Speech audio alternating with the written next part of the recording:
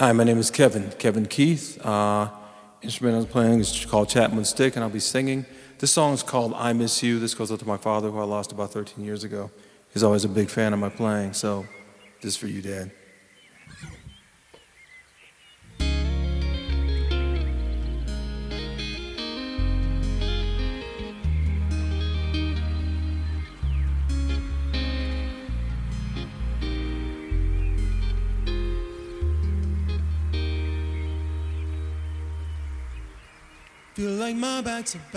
When you're a musician, all we do is we make people feel something.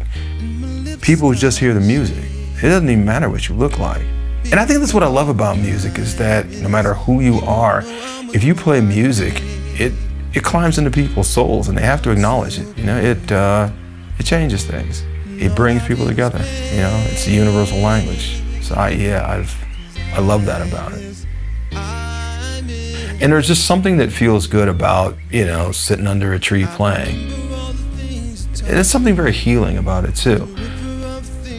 It's a great way to clear my mind. It's a great way to just chill out. It's a great way to meet people. You know, I enjoy it.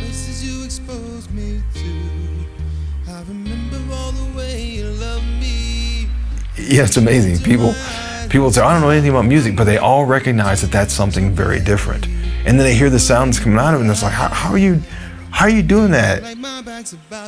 More strings, more range, you know, just, there's so much that's possible with it. It's amazing. It's incredibly cool. I walked into a music store when I was 18 years old, and there's a Chapman stick hanging up, you know, and I go home and I'm all excited, and I start playing it, and I can't play anything. So the salesman's like, yeah, I got a phone number. So I call up, and he's, you know, talking to me. He's like, yeah, I have a book out. And I'm like, oh, okay, great. So we're talking on the phone for like 10 minutes, and I'm like, so you play the stick? He's like, I'm the inventor of the stick. I'm Emmett Chapman. And I'm like, oh, wow. 18 years old, I meet Emmett. Emmett Chapman.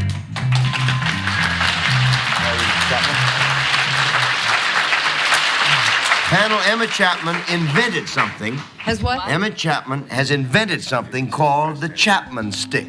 You know, as time passed, I was actually living in Los Angeles, so I actually went over and met Emmett in person. Yeah, from there we just kind of picked up when we left off and developed a friendship. This is the inventor of the stick, Mr. Emmett Chapman. Yeah. Now, what do you think of the way Kevin handles that thing? Well, he handles it with polish. He did from the very first months he was playing. It was just amazing. Talk about thinking out of the box. I think Emmett lived out of the box. I mean, all his ideas were just next level. Emmett was always telling me, he says, you know, you just gotta write music. You just gotta put music out. You just have to perform. You can't always be, you know, concerned about something being exactly right. You just have to get that vibe out. And yeah, he was right. You know, he was the first person in my life that really started, you know, getting me into that mindset. It's not about the sound, it's about your imagination, because your imagination can go much further than your hands. I am very, very committed to taking his vision to the next step, whatever that step is. If I'm able to successfully pave a path, I would hope that people would continue with the instrument and take it further than I've been able to. When I was 4 years old, I was watching a kid's television show, and all of a sudden the camera pans over and there's this band playing.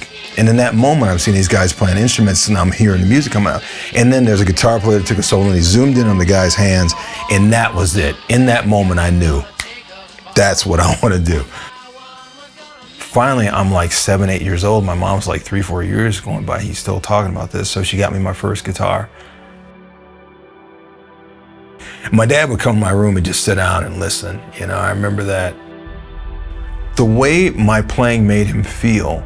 You know, my dad was an old school guy. I mean, this guy born in the 30s. I thought, you know what, if I could get emotion out of him, then I think this is what I'm supposed to do. I remember even when at the end of my dad's life, When Dad was in assisted living, he would tell his friends, "You should hear my son play." When I was younger, I was insane. I was happy because I was on the road and I was playing music full time. So I had these bass solos every night, and I would live for that point of night. So I would line my bass guitar with like magician's flash paper, and I rigged up this mechanism where if I hit a button, it would ignite the flash paper. So at the height of my solo, I hit this button, and this fire would go ripping up and down the neck. In the 1970s, Parliament Funkadelic would start the show with a spaceship landing. That was the bar. I mean, this was 40 years ago. But it's like, wow, musicians were always insane, no matter how far back you go. Practice is important, but you really want to get better, you got to play in front of people. It's in the moment. It is so gratifying. I absolutely love it. You love it and you fight to do it because honestly, it's hard, but oh man, there is no greater joy. You're halfway through the second song and you just, this thing in your mind is like, you know what, I'm never gonna stop. I'm never gonna stop doing this. I'm gonna do this forever. I find it fascinating, that just that effect that music has. That's why I play, it's that connection with people.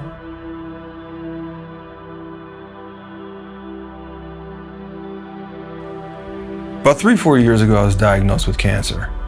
And during that journey, I lost 3 friends to cancer. And in those moments, I didn't know if I was going to be cured. I got my nephew and I'm raising him. I'm like, am I going to be able to finish this? Am I going to be able to see him become an adult? It was terrifying. I prayed a lot. I told God, hey, you know what? Man, take music, take everything, but let me finish this. Wow. Never said it out loud.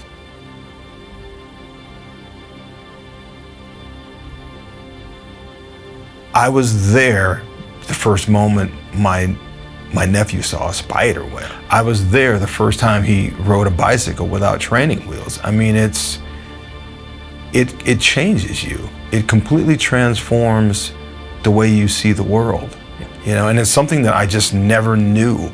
They make you believe you can do anything. It's also extremely emotional and very hard work, but I wouldn't change it for anything.